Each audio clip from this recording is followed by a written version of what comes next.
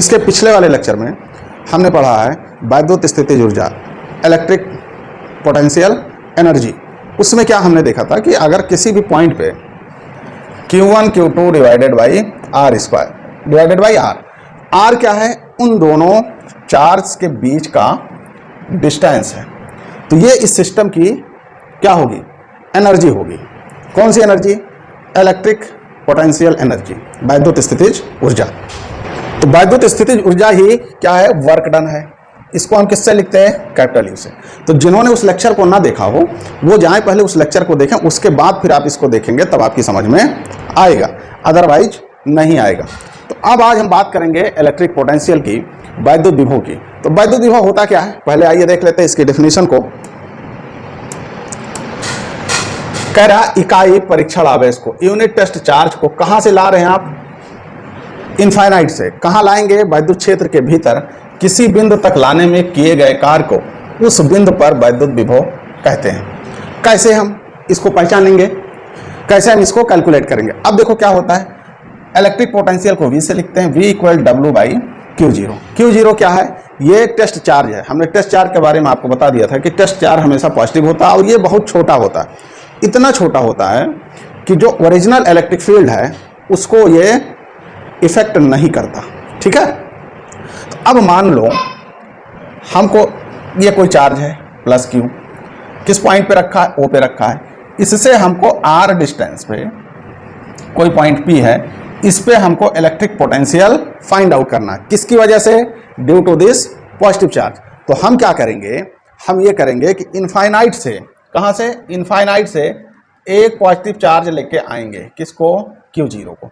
तो आप देखेंगे ये पॉजिटिव है और टेस्ट चार्ज भी पॉजिटिव है, तो ये दोनों क्या होंगे, ये दोनों क्या करेंगे, आपस में रिपेल होंगे। रिपेल करेगा, ये इसको रिपेल करेगा। तो इसके रिपल्सन फोर्स के अगेंस्ट जो एक्सटर्नल फोर्स लगा के हम आ रहे हैं, जितना वर्क करना पड़ रहा है, ठीक है, वो क्या होगा, इसकी, अब देखो ये सिस्टम बन गया, इसकी क्या निकलेगी, पोटेंशियल एनर्जी निकलेगी। और वर्क डन और पोटेंशियल एनर्जी दोनों इक्वल हैं। समझ बात आई। तो अब हमको क्या निकालना, हमको V निकालना है। तो V कैसे निकलेगा, W बाई Q0। इसको आप याद रखेंगे। अच्छा एक बात और यहाँ कर लेते, यूनिट क्या होगी इसकी, इसकी यूनिट, इसका मात्रक देखो, W की यूनिट होती है जूल और चार्ज की यूनिट होती है कूलाम। एक यूनिट तो इसकी हमको मिल गई जूल प्रति कूलाम और इसकी दूसरी यूनिट होती है वोल्ट। तो दोनों यूनिट हमको याद रखना है। इलेक्ट्रिक पोटेंशियल की एक यूनिट है जूल प्रति कूलाम और दूसरी यूनिट है वोल्ट। यहां तक बात समझ आ गई। अब हमको क्या करना है, हमको कैलकुलेट करना है। तो कैलकुलेशन में आइए देखते हैं, ये क्या है, ये प्लस Q है और इससे हमको R डिस्टेंस पे कोई पॉइंट P है जिसपे हमको इलेक्ट्रिक पोटेंशियल फाइंड आउट करना है। तो इसके लिए हम करेंगे क्या, इनफाइनाइट से क्या लेकर आएंगे, एक टेस्ट चार्ज, ठीक। तो किया गया कार्य, या ऐसे आप लिख लें निकाय। अब देखो ये क्या बनाया इसने, एक सिस्टम बनाया, निकाय की स्थितिज ऊर्जा, निकाय की स्थितिज ऊर्जा, चाहे ऐसे लिख लें या ऐसे लिख लें, किया गया कार्य। तो निकाय की स्थितिज ऊर्जा कितनी होगी, 1/4 पाई एप्सिलॉन 0 और Q0 डिवाइडेड बाई R। अब आप कहेंगे K क्यों नहीं लिखा, हमने मान लिया कि ये पूरा सिस्टम किस में रखा हुआ है, एयर में रखा हुआ है, ठीक है। तो अब ऊर्जा ये किसके इक्वल होती है, W के। तो potential at P, potential at P पर वैद्युत विभव कितना होगा, V इक्वल होगा W बाई Q0। W की वैल्यू आपको मालूम है, तो W की वैल्यू रखें 1/4 pi epsilon 0 Q0 divided by Q0 into R। ये वाला Q0 है, ये इससे कैंसिल हो गया, मिला आपको क्या, 1/4 pi epsilon 0 Q by R। मतलब क्या हुआ कि किसी भी चार्ज से R डिस्टेंस पे अगर हमको इलेक्ट्रिक पोटेंशियल फाइंड आउट करना है तो इस फार्मूले से हम फाइंड आउट कर लेंगे। इतनी बात समझ आ गई होगी। तो पोटेंशियल का एक छोटा इंट्रोडक्शन हो गया, आपने समझ लिया। बाकी अगले चैप्टर में जब गॉस लॉ बताया जाएगा, आपको गॉस लॉ पढ़ाएंगे तो उसमें डिटेल में है कि कंडक्टर का, स्फेरिकल कंडक्टर का कैसे हम पोटेंशियल निकालेंगे और कैसे हम इलेक्ट्रिक फील्ड निकालेंगे। आइए फिर एक नया टर्म है, इलेक्ट्रिक डाइपोल, वैद्युत द्विध्रुव। वैद्युत द्विध्रुव किसको कहते हैं, जैसे डाई, डाई का मतलब क्या होता है, दो, तो दो पोल होने चाहिए। और दोनों पोल क्या होने चाहिए, अपोजिट होने चाहिए। किसमें, साइन में। एक अगर पॉजिटिव हो तो दूसरा नेगेटिव हो, तभी हम उसको पोल बोलते हैं। ठीक है, क्या कह रहा है, जब दो समान तथा विपरीत आवेश एक दूसरे के अत्यंत निकट रखे हों तो बनने वाला निकाय वैद्युत द्विध्रुव कहलाता है। आवेशों को मिलाने वाली रेखा डायपोल की एक्सिस कहलाती है। इतनी बात समझ आई कि जब दो बराबर और अपोजिट चार्ज एक दूसरे के बहुत करीब रखे जाएंगे तो वो दोनों किसका निर्माण करेंगे, किसका कंस्ट्रक्शन करेंगे, डायपोल का कंस्ट्रक्शन करेंगे। मान लो एक चार्ज है -q यहां रखा और दूसरा क्या है +q।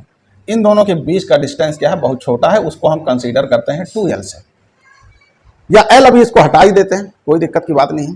तो अब बताओ ये क्या है, ये डायपोल है। क्यों डायपोल है, देखो दोनों के मैग्नीट्यूड सेम है, ये भी q है ये भी q है, यहाँ माइनस है यहाँ प्लस है, तो दोनों के साइन अपोजिट होने चाहिए। अगर साइन अपोजिट है तभी वो डायपोल बनाएंगे। तो दो कंडीशन है डायपोल बनने के। पहला क्या है कि दोनों के चार्ज सेम हो बट क्या हो, अपोजिट हो। जैसे सवाल इस तरह पूछता है कि मान लो दो चार्ज हैं, एक है 9 कूलाम और दूसरा है +9 कूलाम, क्या ये डायपोल हैं? हाँ बिल्कुल हैं। क्यों? क्योंकि 9 यहां भी है 9 यहां भी है और दोनों के चार्ज क्या हैं, अपोजिट हैं। अब अगर हम इसको प्लस कर दें तो क्या दोनों डायपोल बना रहे हैं? नहीं बना रहे। क्यों नहीं बना रहे? क्योंकि दोनों के साइन सेम हो गए, दोनों के चार्ज मैग्नीट्यूड तो सेम है बट नेचर भी सेम हो गया, तो नेचर डिफरेंट होना चाहिए। तो नेचर अगर डिफरेंट नहीं है तो डायपोल नहीं होगा। जैसे मान लो देखो एक चार्ज ये है, इसको हमने लिख दिया 1.6 10⁻⁻8 कूलाम और दूसरे को लिख दिया +3.2 10⁻⁻8 कूलाम। अब बताएं क्या ये डायपोल बना रहा है? नहीं बना रहा है। क्यों नहीं बना रहा?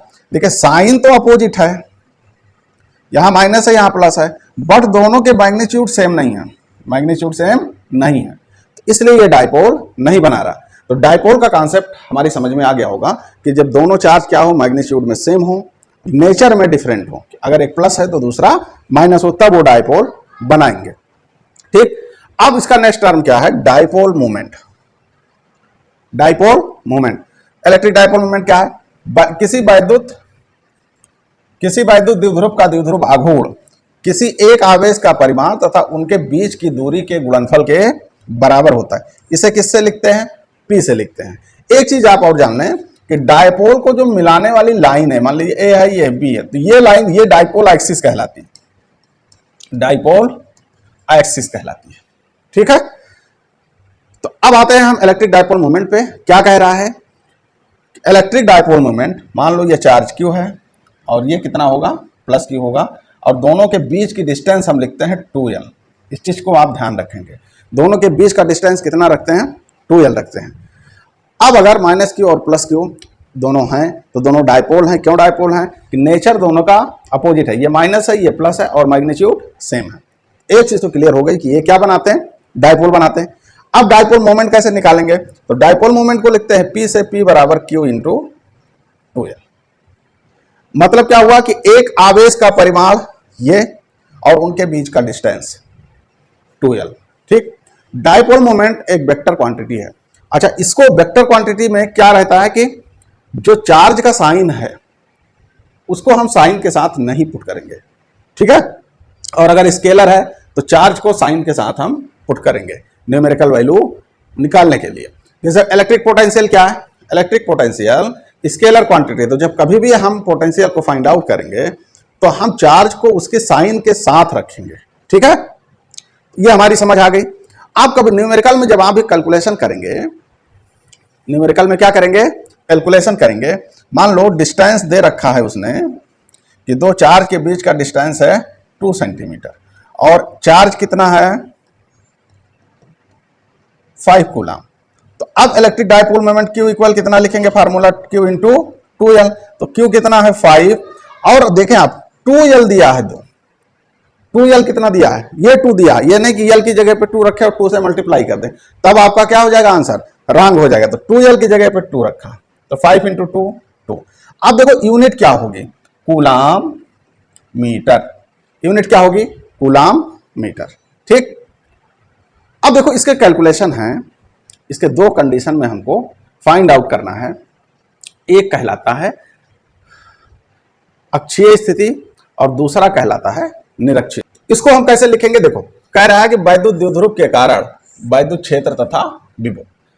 तो हमको इलेक्ट्रिक डाइपोल की वजह से इलेक्ट्रिक फील्ड और इलेक्ट्रिक पोटेंशियल फाइंड आउट करना है, ठीक। तो अब इसमें दो कंडीशन बनता है, एक है एक्सियल पोजीशन और इंड ऑन पोजीशन, अक्षीय स्थिति और निरक्षीय स्थिति। तो अक्षीय स्थिति में कैसे देखेंगे, देखो ये हो गया माइनस क्यू और ये हो गया प्लस क्यू, ये डिस्टेंस है ओ, ये है ए, ठीक है। तो अब देखो ये लाइन इलेक्ट्रिक डाइपोल की एक्सिस कहलाती है। यहां तक आपको समझ में आया होगा, पीछे हमने आपको बता दिया, ठीक। अब क्या देखो एक्सियल कंडीशन में क्या होगी, इसको देखो हम हमेशा इसके सेंटर से मानते हैं। तो देखो पूरी डिस्टेंस कितनी है 2l, तो ये होगा आपका l और ये भी होगा आपका l, और यहां से ये कोई पॉइंट P है जिसकी डिस्टेंस r है, वहां पे हमको इस डाइपोल की वजह से इलेक्ट्रिक फील्ड फाइंड आउट करना है, ठीक है। तो कैसे लिखेंगे, इसको भी मान लेते हैं। कैसे आप लैंग्वेज लिखेंगे, माना इलेक्ट्रिक डाइपोल के सेंटर से r दूरी पर स्थित किसी बिंदु P पर वैद्युत क्षेत्र की गणना करनी है, जैसा कि चित्र में दिखाया गया है। अब देखो अब यहां दो इलेक्ट्रिक फील्ड मिलेंगे, एक माइनस क्यू की वजह से पॉइंट P पे इलेक्ट्रिक फील्ड और एक प्लस क्यू की वजह से पॉइंट P पर इलेक्ट्रिक फील्ड। तो हम क्या लिखेंगे, माइनस क्यू के कारण P पर इलेक्ट्रिक फील्ड, P पर वैद्युत क्षेत्र, ये कितना होगा, ये होगा E1 इक्वल इलेक्ट्रिक फील्ड कैसा 1/4πε0, इतना तो आपको याद ही होना चाहिए, तो रहता ही है। अब देखो हमने उस लेक्चर में आपको बताया था कि प्लस क्यू माइनस क्यू की वजह से इलेक्ट्रिक फील्ड किसी भी पॉइंट पे 1/4πε0 क्यू लिखेंगे, और क्या लिखेंगे, इस पॉइंट से इसकी डिस्टेंस, तो देखो यहां से ये r है, तो यहां से जब नापेंगे तो r प्लस एल होगा, क्या होगा, r प्लस एल का स्क्वायर, ठीक। इलेक्ट्रिक फील्ड वेक्टर क्वांटिटी है, वेक्टर क्वांटिटी अगर है तो उसमें हम माइनस साइन यूज नहीं करते, उसके मैग्नीट्यूड को लिखते हैं। फिर क्या हमको पता करना होता है, फिर हम उसके डायरेक्शन को पता करते हैं कि इलेक्ट्रिक फील्ड की डायरेक्शन क्या होगी। तो अब देखो आपको बताया था कि अगर माइनस चार्ज है तो इलेक्ट्रिक फील्ड की डायरेक्शन उस पॉइंट पे टुवार्ड्स द नेगेटिव चार्ज होगा। E1 की डायरेक्शन किधर हो गई, P से प्लस क्यू की ओर। अब आप देखें प्लस क्यू के कारण जो निकलेगा वो निकलेगा E2 equal 1/4πε0 Q divided by, कौन सा डिस्टेंस लेंगे, हम लेंगे अब यहां से और यहां की डिस्टेंस, वो हमको कैसे निकलेगी, आइए इसको समझते हैं। देखो ये डिस्टेंस मान लो दिया है 8 मीटर, कितना दिया 8 मीटर, और ये इतना दिया है 2 मीटर, तो ये कितना होगा, ये होगा 6 मीटर। अब ये 6 हमको मिला कहां से, हमने 8 में से 2 को सब्सट्रैक्ट किया, मतलब r में से l को सब्सट्रैक्ट अगर हम करें तो हमको ये डिस्टेंस मिलेगी। तो मतलब क्या हुआ, r माइनस एल का होल स्क्वायर। इसका डायरेक्शन किधर होगा, पॉजिटिव चार्ज से हमेशा अवे होता है, ये हो गया E2, ठीक। इतनी बात समझ आई आपको। अब देखो हमको जब नेट निकालना होगा, रिजल्टेंट निकालना होगा, तो हम क्या करेंगे, कौन बड़ा है, कौन बड़ा है। देखो दोनों के मैग्नीट्यूड सेम है, ये वैल्यू भी सेम, ये वैल्यू भी सेम, ये सेम, ये सेम। अब देखो नीचे डिनोमिनेटर में या हर में जिसकी वैल्यू ज्यादा होगी वो क्वांटिटी क्या होगी, छोटी होगी, वो इस्तेमाल होगी। तो ये r प्लस एल है, जाहिर सी बात है ये ज्यादा होगा, r में l कुछ जुड़ेगा तो ज्यादा होगा, इसमें r में से l घट रहा है तो जाहिर सी बात है ये कम होगा। तो ये अगर कम है तो ये ज्यादा होगा, E2 ज्यादा होगा। तो किसमें से हम किसको घटाएंगे, तो हम लिखेंगे परिणामी वैद्युत क्षेत्र, परिणामी। अब हम क्या देखेंगे, परिणामी वैद्युत क्षेत्र। तो परिणामी वैद्युत क्षेत्र आप निकालें, कैसे निकालेंगे, देखो E2 माइनस E1, तो जब आप E निकालें, आप देखें E2 कितना 1/4πε0 Q divided by R plus L का होल स्क्वायर, माइनस E1 कितना 1/4π, E2 है R माइनस एल का होल स्क्वायर, और ये बना R प्लस एल का होल स्क्वायर। अब देखो क्या कॉमन ले लें हम, कॉमन बना हमारा Q डिवाइडेड बाई 4πε0 और ब्रैकेट में आया 1 R माइनस एल का होल स्क्वायर और माइनस आर प्लस एल का होल स्क्वायर। इतनी बात समझ आई? ठीक। अब उसी को हमको हल कर लेना है। अब देखो एक चीज, इसको कैसे आप हल करेंगे, या तो आप क्रॉस मल्टीप्लाई करके काटा पीटी करें, या दूसरी चीज देखें, आप क्रॉस मल्टीप्लाई कर लें। चलो, ये बना q divided by 4 pi epsilon 0, अंदर आप आए तो ये बना r प्लस एल का whole square minus r minus L का whole square divided by r minus L का होल स्क्वायर और r प्लस एल का होल स्क्वायर। अब देखो r प्लस एल का whole square minus r minus L का whole square, या तो a plus B A minus B के स्क्वायर से इसको ओपन कर दें, या दूसरा काम क्या करें, आप जानते होंगे कि x प्लस वाई का whole square minus x minus Y का होल स्क्वायर इक्वल होता है 4xy। ये इतना अगर आपको आता है तो फिर कोई काम नहीं बिगड़ेगा। दूसरा क्या है कि अगर a माइनस बी का होल स्क्वायर और a प्लस बी का होल स्क्वायर है तो ये बनता है a square minus B square का होल स्क्वायर। इन्हीं दो फार्मूलों को हम यहां यूज करेंगे। ठीक, तो इसको यूज कर ले हम तो आंसर सीधा निकल आएगा, कोई दिक्कत की बात नहीं है। तो q divided by 4 pi epsilon 0, ऊपर लिखेंगे 4xy का मतलब 4rl और नीचे ये बना r square minus L square का होल स्क्वायर। इतनी चीज समझ आ गई? ठीक।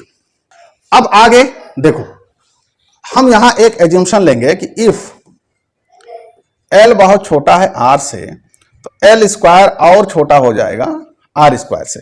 हम इसको कैसे समझेंगे कि अगर 0.5 का हम स्क्वायर करते हैं तो 0.25 आता है, मतलब कि और छोटा हो जाता है। तो अगर हम छोटी चीज का स्क्वायर करते हैं तो वो चीज क्या हो जाती है, और छोटी हो जाती है। ठीक है, तो अब हम क्या करेंगे, इसका मतलब क्या हुआ कि इस एज्यूमशन का क्या मतलब हुआ, इस एज्यूमशन का मतलब ये हुआ कि हम नीचे से क्या करेंगे, एल को गायब कर देंगे, स्क्वायर वाले को गायब करेंगे।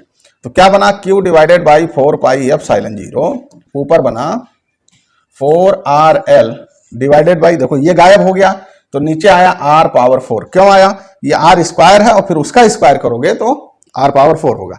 अब देखो यहां से एक पावर इसकी कैंसिल हो गई तो क्या बना, q divided by 4 pi epsilon 0 और ये बना q इंटू 4l और डिवाइडेड बाई r क्यूब। लेकिन हमको चाहिए किसमें, हमको चाहिए इलेक्ट्रिक डायपोल मूवमेंट में चाहिए, क्योंकि वो डायपोल है तो मूवमेंट बनाएगा। तो अब क्या करें, देखो अब यहां से देख लो कितना आया, E कितना आया, आया 1/4 pi epsilon 0 q into 4l divided by r cube. तो हमको P में चाहिए, तो P कितना होता है, P होता है, इसको हम लिख सकते हैं 2q into 2l divided by r cube. ठीक, q इंटू 2l को हम लिख सकते हैं P, तो ये आया 1/4 पाई एप्सिलॉन 0 और 2p बटे r क्यूब। ये हो गया electric field at any point on in on position of A dipole. एक मिल गया हमको अच्छी स्थिति में। अब हम दूसरा, अब क्या करें, हम इलेक्ट्रिक फील्ड हमको मिल गई, अब हमको निकालना है इलेक्ट्रिक पोटेंशियल। फिर हम बात करेंगे निरक्षीय स्थिति पे। तो हमने बनाया क्या था, माइनस क्यू प्लस क्यू, ये पॉइंट ओ लिख लो। यहां से r डिस्टेंस पे कोई पॉइंट P है जिसपे हमने इलेक्ट्रिक फील्ड कैलकुलेट की, तो ये डिस्टेंस L है, ये डिस्टेंस L है। ठीक है, अब हमको इसी पे इलेक्ट्रिक पोटेंशियल निकालना है, किस पे, एट P। क्या निकालना, वैद्युत विभव, इलेक्ट्रिक पोटेंशियल। ठीक है, इलेक्ट्रिक पोटेंशियल। अब इसके पीछे आपको बताया कि किसी, पहले हम लिखेंगे माइनस क्यू की वजह से, तो माइनस क्यू की वजह से V1 1/4 पाई एप्सिलॉन 0, और आपको बताया था कि इलेक्ट्रिक पोटेंशियल ये क्या है, ये स्केलर क्वांटिटी है, तो जब भी हम चार्ज को रखेंगे साइन के साथ रखेंगे। तो ये बना minus Q divided by distance, हमने कहां से निकाल मेजर करना है हमको, यहां से, इसकी वजह से निकाल रहे हो तो यहां से मेजर करोगे, तो ये r प्लस एल। ठीक, और प्लस क्यू की वजह से जब निकालेंगे तो उसको लिखेंगे V2, तो V2 हुआ 1/4 पाई एप्सिलॉन 0 और प्लस क्यू डिस्टेंस कितनी में निकाली थी, r माइनस एल, अभी इसके पहले आप निकाल चुके हैं। तो जब आप रिजल्टेंट निकालेंगे V फाइनल, तो V1 प्लस V2 दोनों को क्या करेंगे, ऐड कर देंगे। तो जब ऐड करेंगे तो देखिए क्या चीज हमको कॉमन मिलेगी, इतनी चीज हमको कॉमन मिलेगी, इसमें भी है और इसमें भी है। तो इसको हम पहले कॉमन ले लेते हैं, बाहर ले लेते हैं 4 पाई एप्सिलॉन 0, अंदर क्या बचा 1/r माइनस एल और माइनस 1/r प्लस एल। ये माइनस कहां से आया, ये माइनस इस माइनस चार्ज की वजह से आया। अब इसको हमको सॉल्व कर लेना। अगर आपको फ्रैक्शन जोड़ना आता है, फ्रैक्शन जोड़ना आता है, तब आप इसको और आसानी से कर लेंगे। जिसको फ्रैक्शन जोड़ना ना आता वो प्लेलिस्ट में जाए, फ्रैक्शन के लेक्चर को देखे। फिर क्या करेंगे, देखो इसको कैसे हम करते हैं, R plus L cross multiply कर दीजिए, माइनस ये हो गया आर और ये हो गया प्लस एल, नीचे ये बना आर माइनस एल और आर प्लस एल। इतनी बात समझ आई। अब देखो ये प्लस आर है, ये माइनस आर, ये कैंसिल हो गया, यल और यल क्या मिलके 2l हो गया, यल और यल मिलके क्या हो गया 2l। ठीक, अब क्या बना, v इक्वल क्या बना, q divided by 4 pi epsilon 0, अंदर क्या है यल और यल क्या बना 2l divided by r minus L और r प्लस एल, तो बना r square minus L square. ठीक, जैसे a प्लस बी और a माइनस बी को जो मल्टीप्लाई करते हैं तो क्या आता है a square minus B square, बस उसी को हमने यूज कर लिया। अब देखो यहां भी वही लिखेंगे, l छोटा है r से तो l स्क्वायर बहुत छोटा होगा r स्क्वायर से। ठीक है, तो क्या करेंगे हम l स्क्वायर को छोड़ देंगे, तो ये बना q into 2l divided by ये बना 4 पाई एप्सिलॉन 0 और इसमें से हमने इसको l को गायब कर दिया। तो अब q इंटू 2l को हम क्या लिख सकते हैं, p लिख सकते हैं, तो ये बना p divided by r square. ये हुआ अक्षीय स्थिति में किसी पॉइंट p पर क्या चीज, वैद्युत विभव। अब आते हैं हम, इतनी चीज समझ आ गई, अब हम आते हैं निरक्षीय स्थिति में। इसे में आप लिख लीजिए, इसको कट कर देते हैं।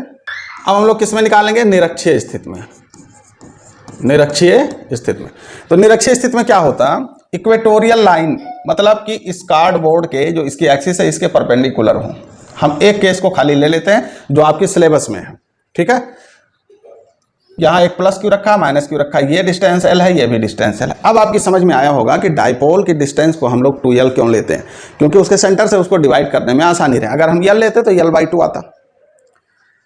तो यहाँ पे कोई पॉइंट P है, अब वो पॉइंट P कहाँ चला आया, यहाँ आया, जिसकी इसकी सेंटर से डिस्टेंस कितनी है r है। अब हमको पॉइंट P पे निकालना है, क्या निकालना है पॉइंट P पे, हमको पॉइंट P पे निकालना है इलेक्ट्रिक फील्ड। हम पहले ये इलेक्ट्रिक फील्ड निकालेंगे। ठीक है, तो अब देखो माइनस क्यू की वजह से निकालें। तो हमने आपको क्या बताया था कि जहां भी इलेक्ट्रिक फील्ड और पोटेंशियल आपको फाइंड आउट करना होगा जिस चार्ज की वजह से, तो उससे आप स्ट्रेट डिस्टेंस लेंगे, ना कि टेढ़ा मेढ़ा। तो यहां से स्ट्रेट डिस्टेंस हम लेंगे तो ये होगा, तो ये r ये l, तो ये राइट एंगल ट्रायंगल बना, तो ये बना r square plus L square का अंडर रूट। ठीक है, तो माइनस क्यू की वजह से electric field at P E1 लिख लेते हैं, ये कितना होगा 1/4 pi epsilon 0, charge Q distance कितना under root r square plus L square का होल स्क्वायर। तो जब आप रूट का स्क्वायर करते हैं तो रूट क्या होता, गायब हो जाता, तो ये बना r square plus L square. इतनी बात समझ आई। ठीक, अब प्लस, अब देखो इसका हमने आपको क्या बताया था कि इलेक्ट्रिक फील्ड में डायरेक्शन होती है, तो डायरेक्शन इसकी किधर होगी, डायरेक्शन E1 की इधर होगी। ठीक है, अब Q2 की वजह से निकालेंगे तो ये भी डिस्टेंस उतनी होगी r square plus L square का अंडर रूट, इसकी वजह से जो निकलेगा वो इधर जाएगा, ये हो गया E2। तो E2 कितना होगा, E2 भी उतना ही होगा जितना E1 है, तो 1/4 pi epsilon 0 Q divided by r square plus L square. क्यों, क्योंकि डिस्टेंस घटबढ़ नहीं रही है। अब देखो यहाँ दो वेक्टर क्वांटिटी हो गए E1 और E2, इनकी डायरेक्शन ना तो सेम है, ना एक ही साइड में है, ना अपोजिट साइड में है, किसी एंगल पे दिख रहा है हमको। ये ऐसे तो दिख रहा है, इधर आपका है E2 और इधर आपका है E1, मतलब इसके बीच का हमको एंगल पता होना, तभी हम रिजल्टेंट को निकाल सकते हैं।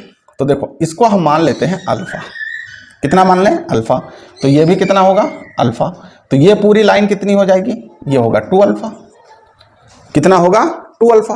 तो अगर हम इसके पैरेलल एक लाइन खींच दें ये, तो ये भी अल्फा होगा और ये भी अल्फा होगा। ठीक, कैसे भी समझ लें, चाहे अल्टरनेट एंगल से समझ लें, चाहे एक्सटीरियर एंगल से समझ लें, जैसे भी आपको समझना हो। ठीक है, तो अब हम कंपोनेंट करते हैं।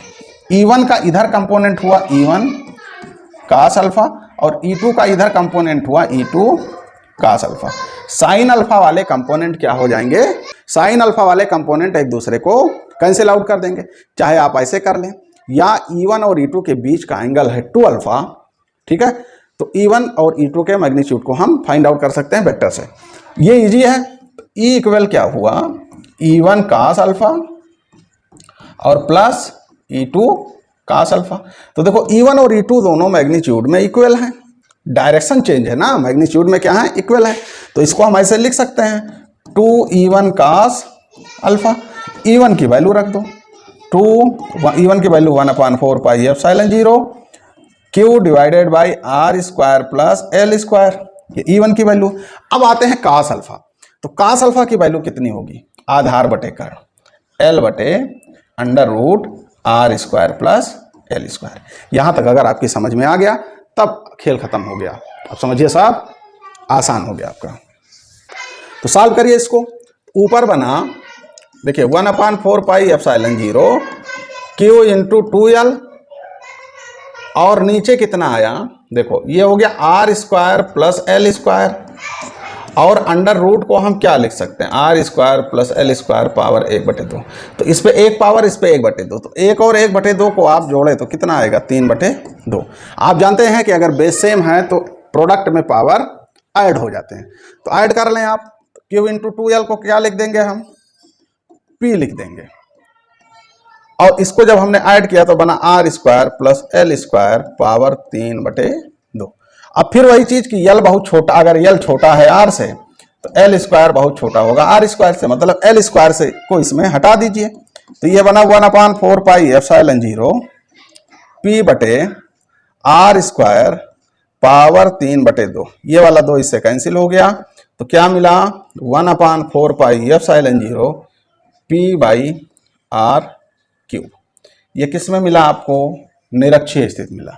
दोनों के फार्मूले को अगर आप कंबाइन करें और देखें तो अक्षीय वाले एक्सियल पोजीशन में यहां 2 थी और यहां इसमें 1 है। मतलब क्या हुआ कि वैद्युत क्षेत्र के लिए हम इतना याद रखेंगे कि अक्षीय बटा निरक्षीय बराबर 2।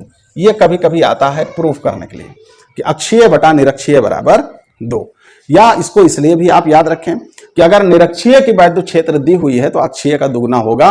तो हमको बहुत सारे कैलकुलेशन से हम बच जाएंगे, न्यूमेरिकल में इजिली हम इसको कर ले जाएंगे। अब इसका एक लास्ट चीज बचा है, पोटेंशियल। निरक्षीय स्थिति में क्या हमको निकालना है, निरक्षीय स्थिति में क्या निकालना है हमको, पोटेंशियल। तो अभी देखें निरक्षीय स्थिति में पोटेंशियल कितना आएगा, यह है आपका R, और ये बना under root R square plus L square, और इधर बना under root R square plus L square, यह पॉइंट P। तो माइनस Q की वजह से पोटेंशियल कितना होगा, P पे B1 बराबर 1/4 pi epsilon 0 minus Q divided by under root R square plus L square, और प्लस Q की वजह से कितना होगा, V2 होगा 1/4 pi epsilon 0 Q divided by under root R square plus L square. इन दोनों को आप देखें, जब आप ऐड करेंगे तो हो गया V बराबर B1 प्लस B2, तो दोनों बराबर और अपोजिट हैं, तो टोटल पोटेंशियल निरक्षीय स्थिति में कितना होता, 0 होता है। तो इतनी चीज हमारी समझ में आ गई, एक्सियल और इक्वेटोरियल लाइन पे इलेक्ट्रिक फील्ड एंड पोटेंशियल। अब इसके कुछ हम स्पेशल केस देख लेते हैं। देखो क्या देख लेते हैं, कुछ स्पेशल केस। देखो यहां एक चीज आप समझिए, यहां कितना, यहां पोटेंशियल और फील्ड हमने निकाला जब 90 डिग्री हो, यहां हमने निकाला जब 0 डिग्री हो। मान लो कोई आर्बिट्रेरी पॉइंट आ जाए, कोई क्या आ जाए, आर्बिट्रेरी पॉइंट, कि यहां से आप हमको ऐसे पॉइंट पे इलेक्ट्रिक फील्ड और पोटेंशियल बताइए, ये एंगल कितना हो, थीटा हो। अब क्या करेंगे, ना तो ये परपेंडिकुलर है, ना ये एक्सियल है, और ना ये अक्षीय है, ना ये निरक्षीय। अब क्या करेंगे, देखो इसके लिए आप इसी को याद रखें। तो इलेक्ट्रिक फील्ड कितना होता, 1/4, इसको आप याद रखेंगे कॉम्पिटिटिव एग्जाम के लिए, ये जरूरी है, डिवाइडेड बाई R। तो E इक्वल कितना होगा, 1/4 पाई एप्सिलॉन 0 Q बटे R cube 1 + 3 cos square theta का अंडर रूट। अब आइए इसको हम चेक कर लेते हैं। अगर इस लाइन को आप घुमा के इधर लेके आएंगे तो थीटा कितना होगा, 90। थीटा कितना, 90। तो इसमें हम 90 पुट करें तो cos 90 0, cos 90 0, तो ये पूरा टर्म हो गया 0। तो 1 के अगर स्क्वायर लेंगे, स्क्वायर रूट लेंगे तो 1 आएगा। मतलब E कितना आया, 1/4 pi epsilon 0 Q divided by R cube. अब अगर इस एक्सियल में पूछ रहा है तो इसको जब इधर आप झुकाएंगे तो थीटा कितना हो जाएगा, 0। तो cos 0 का मान 1, तो 3 और 1 4, 4 का वर्गमूल 2, तो यहां आ गया 2। सॉरी क्यों नहीं होगा, यहां P होगा। ये क्या होगा P। तो E इक्वल क्या हो गया 1/4πε0 P बटे R cube 1 + 3 cos square theta का अंडर रूट। ये तो ये बन गया। तो ये किसी भी एंगल के लिए, अब मान लो यही वाला घूम के आपका इधर आ जाए, ये तो थीटा दिया होगा, अगर इसको उसने दे रखा है तो 180 में से आप इसको माइनस कर लेंगे। ठीक है, समझ आया। अब पोटेंशियल के लिए हम लिख लें, तो अब पोटेंशियल देख लें। जब इस लाइन को आप यहां पे ले आए तो निरक्षीय हो गया, तो cos 90 बना ना, पूरा कितना बना 90, तो 90 जब बना तो 90 यहां रखेंगे तो पोटेंशियल 0 हो जाएगा, और इधर जब जाएंगे तो थीटा कितनी हो जाएगी 0 हो जाएगी, तो पोटेंशियल हमको ये इतना ही मिलेगा। तो ये फार्मूला आप याद रखें, E इक्वल P बटे 4πε0 आर क्यूब ब्रैकेट में 1 + 3 cos स्क्वायर थीटा का अंडर रूट, और पोटेंशियल में P cos थीटा बटे आर स्क्वायर इंटू 1/4πε0। अगर इतना लेक्चर आपकी समझ में आया हो तो आप चैनल को लाइक करें, शेयर करें और सब्सक्राइब करें, और जो चीज आपकी समझ में ना आ रही हो उसको नीचे कमेंट सेक्शन में कमेंट करें। Thank you for joining us.